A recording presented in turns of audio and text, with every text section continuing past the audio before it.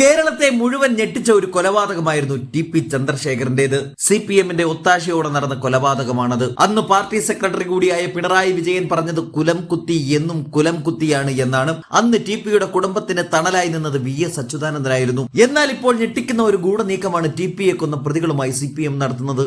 CPM അധികാരത്തിൽ 10ാം വർഷത്തിലേക്ക് കടന്നതിന് പിന്നാലെ ഇപ്പോൾ ടി.പി. പ്രതികളും പുറത്തേക്കിറങ്ങുകയാണ്. നിയമങ്ങളെ നോക്കുകുത്തിയായി നിർത്തി ടി.പി. വധക്കേസ് പ്രതികളെ CPM പുറത്തിറക്കാൻ നോക്കുമ്പോൾ അതിന് ഞാൻ മരിക്കണമെന്ന് പറഞ്ഞ് രംഗത്ത് വന്നിരിക്കുകയാണ് ടി.പി.യുടെ പത്നിയും MLA-യുമായ KK രമ.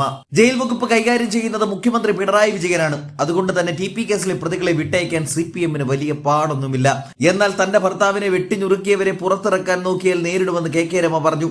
ടി.പി. ചന്ദ്രശേഖരൻ വധക്കേസ് പ്രതികളെ പുറത്തുവിട്ടാൽ ആഭ്യന്തര സുരക്ഷാ പ്രശ്നം ഉണ്ടാകുമോ എന്ന് ചോദിച്ചാണ് സെൻട്രൽ ജയിൽ സൂപ്രണ്ടുമാർക്കും വിയ്യൂർ അതീവ സുരക്ഷാ ജയിൽ സൂപ്രണ്ടിനും ജയിൽ ആസ്ഥാനത്ത് നിന്ന് കത്തയച്ചത്.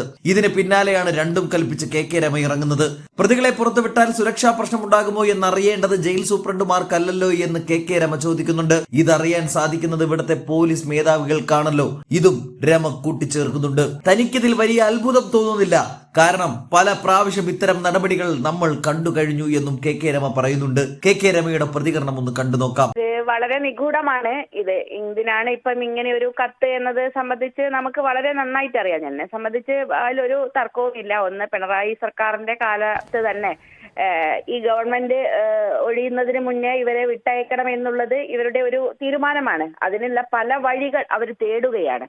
പക്ഷെ ഈ കാര്യത്തിൽ ഇത് ഇനിയും ഈ പ്രതികളെ വിട്ടയക്കണമെങ്കിൽ സുപ്രീം കോടതിയിൽ പോയി അപ്പീൽ വാങ്ങി തീരുമാനിച്ചെങ്കിൽ മാത്രമേ നടക്കുള്ളൂ എന്നുള്ളത് മറ്റൊരു കാര്യം. ബഹുമാനപ്പെട്ട ഹൈക്കോടതിയുടെ വളരെ വ്യക്തമായ വിധിയുണ്ട്. 20 വർഷത്തേക്ക് ഒരു കാരണവശാലും ഈ പ്രതികളെ വിട്ടയക്കാൻ സാധിക്കില്ല. അതുകൊണ്ട് അതിന്റെ മേലൊരു തീരുമാനം എടുക്കണമെങ്കിൽ അവർക്ക് സുപ്രീം കോടതിയുടെ തീരുമാനം വേണം. പക്ഷെ ഇത്തരം നീക്കങ്ങളൊക്കെ നടത്തുന്നത് ഇപ്പോൾ ഇടയ്ക്കിടയ്ക്ക് പരോള് കൊടുത്തു, ഇടയ്ക്കിടയ്ക്ക് കാര്യങ്ങൾ നീക്കി എല്ലാം ഇവർക്ക് ഏതെങ്കിലും തരത്തിൽ സംരക്ഷണം നൽകാൻ കഴിയുമോ, അല്ലെങ്കിൽ ഇവരിൽ തന്നെങ്കിലും ഒരാശ്വാസം, ഞങ്ങളെ സർക്കാർ നിങ്ങൾക്ക് ഓടൊപ്പമുണ്ട്, പിന്നെ പാർട്ടിക്കാർ നിങ്ങളോടൊപ്പം ഉണ്ട് എന്ന് അവർക്കൊരു സമാധാനം വരുത്താനുള്ള ശ്രമം നടത്തിക്കൊണ്ടിരിക്കുകയാണ് എന്നാണ് ഞാൻ മനസ്സിലാക്കുന്നത്. എനിക്ക് തോന്നുന്നത് അങ്ങനെയാണ്. അല്ലാണ്ട് മറ്റൊരു കാര്യവും ഇതിനകത്ത് നടക്കില്ല. പക്ഷെ എന്തിനാണ് ഇപ്പൊ ഇങ്ങനെ ഒരു കത്തയച്ചത്?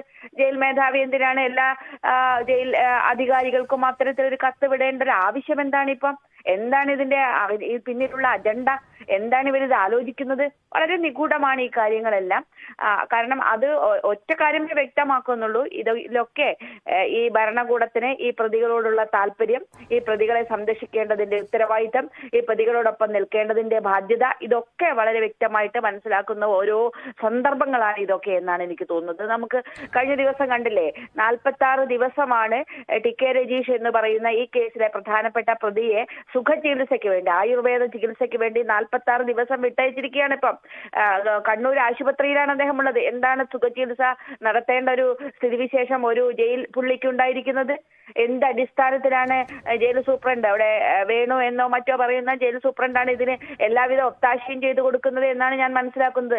അവിടെയുള്ള എല്ലാ പരോൾ, ഇത്തരത്തിലുള്ള ചികിത്സ ആവശ്യമുള്ള, ഇതിലും പ്രധാനമായി ആവശ്യമുള്ള പ്രതികളെയൊക്കെ മറികടന്നുകൊണ്ടാണ് രജീഷിന് ഇപ്പം ചികിത്സയ്ക്കുള്ള സൗകര്യങ്ങൾ ചെയ്തു കൊടുത്തത്.